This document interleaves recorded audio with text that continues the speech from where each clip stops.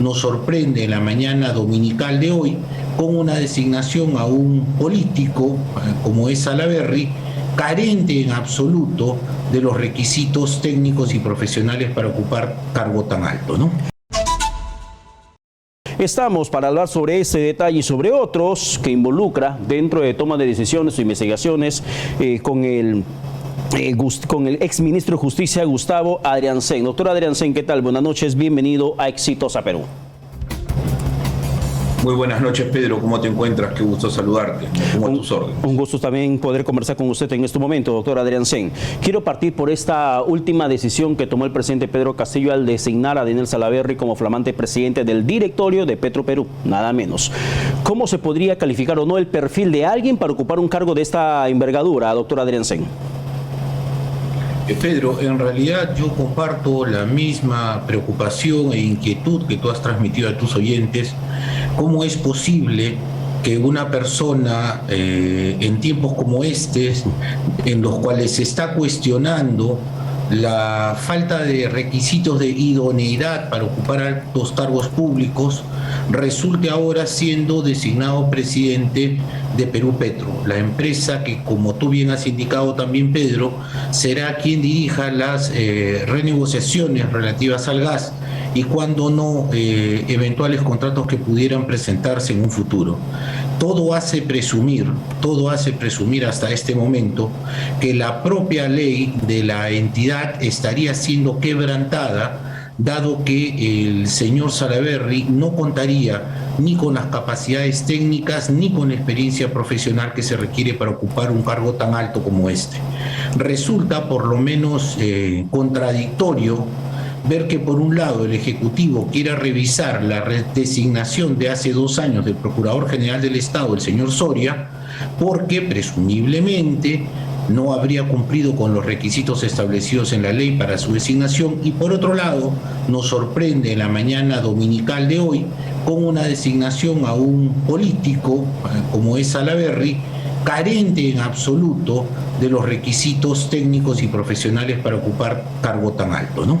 Pero, doctor Adriancén, leyendo un poco la resolución suprema, la 01, que precisamente se emite desde Energía y Minas, es donde se da por concluida la designación de Seferino Yesquén León, quien es el predecesor de Daniel Salaverry en el cargo de presidente y director de Perú Petro. Y yo estoy revisé en la mañana un poco el antecedente del señor Seferino Yesquén, y permítame rapidísimo, solamente la mitad de este antecedente que está publicado incluso en el propio portal del gobierno, en la que menciona que el saliente presidente, el directorio de Petroperú, es ingeniero de petróleo graduado en la Universidad Nacional de Ingeniería, en la UNI, estudio de maestría en Ingeniería de Petróleo y Gas, máster en Gerencia y Administración de la Católica, diplomado en Programa Avanzado de Gestión para Ejecutivos en Petróleo y Gas en Estados Unidos, 35 años de experiencia en exploración y explotación de petróleo y gas en las empresas Petroperú, Pérez Compac Argentina, Pérez Compac Perú, Petrobras y CPPC, experto en gestión de activos, gestión de reservas y reservorios y planteamiento estratégico, y ahí me quedo, y eso que no llego ni a la mitad, de la propia hoja de vida que ha publicado el gobierno cuando designó a Seferino Yesquén León como flamante presidente y directorio de Perú Petro. Y si rebuscamos un poco la hoja de vida de Daniel Salaverry, no es por menospreciarlo profesionalmente, pero si hacemos una comparación del perfil que necesitamos para presidente y directorio de Petroperú, de Salaverry solo encontramos que es bachiller en arquitectura y otro antecedente político que ha sido militante aprista, luego de Fuerza Popular, candidato a la alcaldía por Fuerza Popular, que perdió frente a César Acuña Peralta, luego además que quiso hacer su propio movimiento regional en La Libertad, luego presidente del Congreso y finalmente es candidato a la presidencia de la República por Somos Perú. Otra experiencia y trayectoria no conocemos al menos de Daniel Salaverry, doctor Adriancén.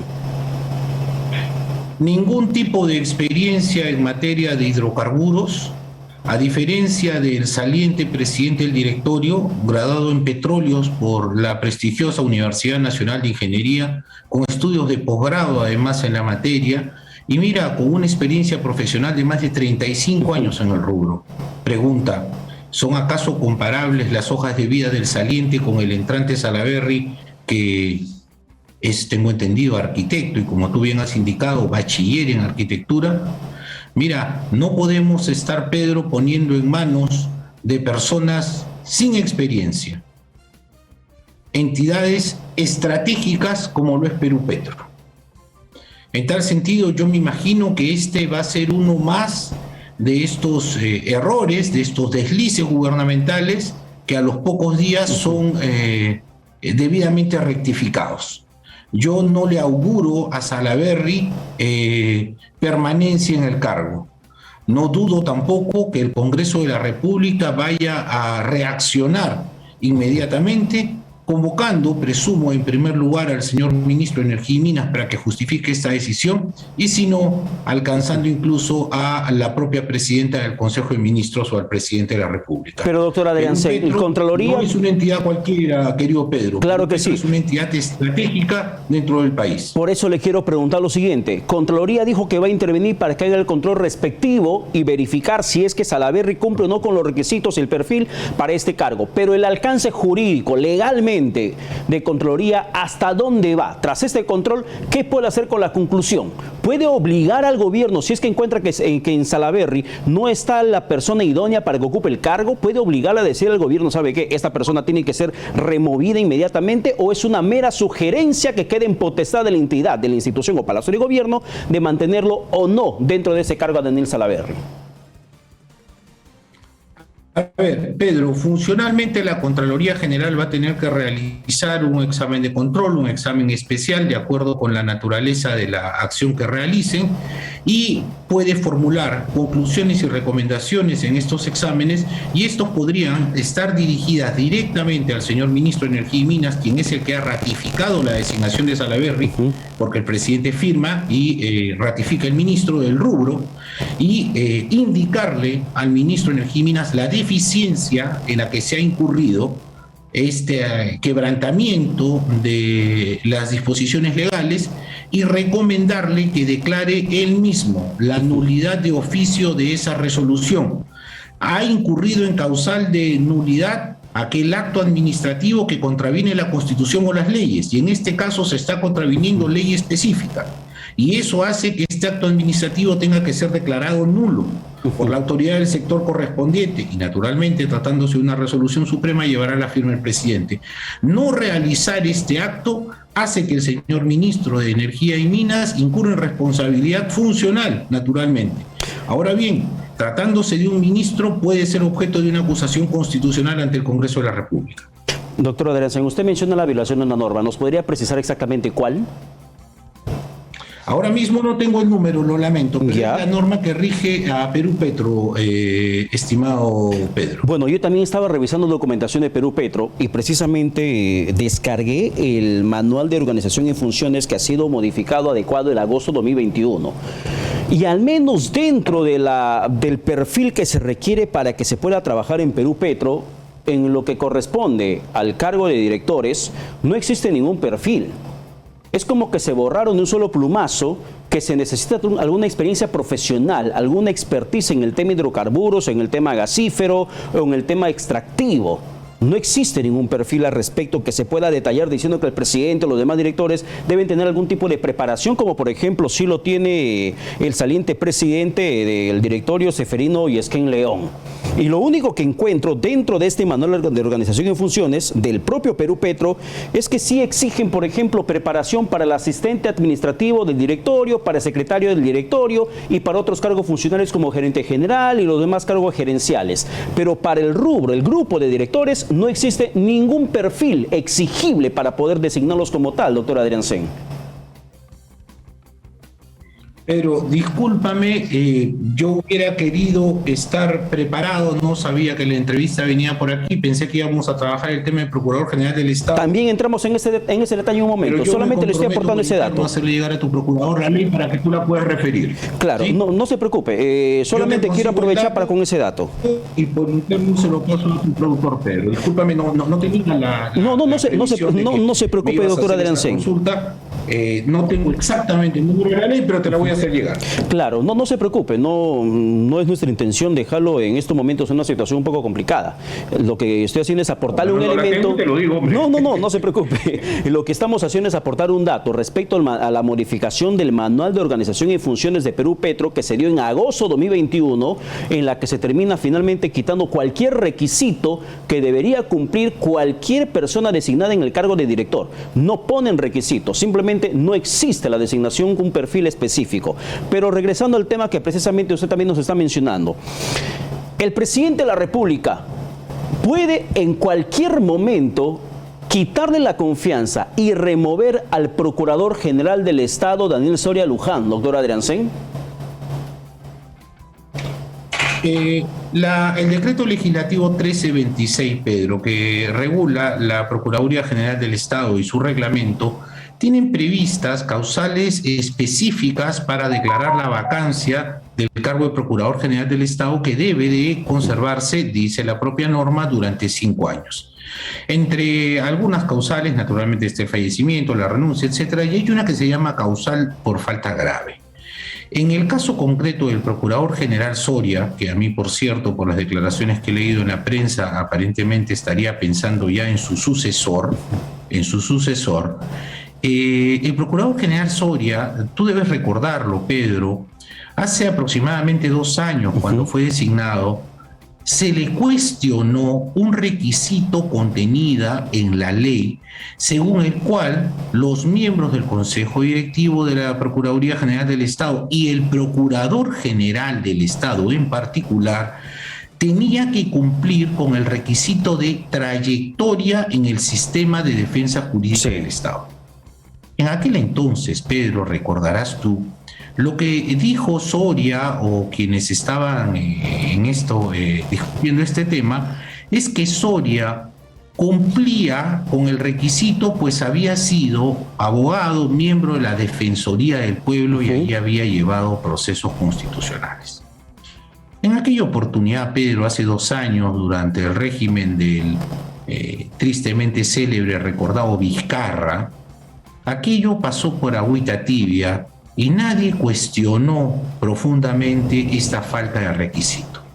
Hoy día, sin embargo, Pedro, 2 años más adelante, después de una denuncia o de un pedido de información del procurador y una eventual denuncia contra el presidente Castillo, el ministro de Justicia anuncia que se va a revisar su designación.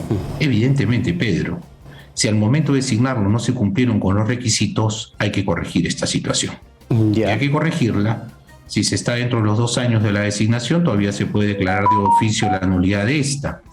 Ahora bien, es muy delicado el tema, Pedro, porque el ejercicio de función pública con estas condiciones de haber quebrantado la ley es muy delicado y colocaría al propio procurador a puertas de ser objeto de una denuncia, no solamente de su destitución.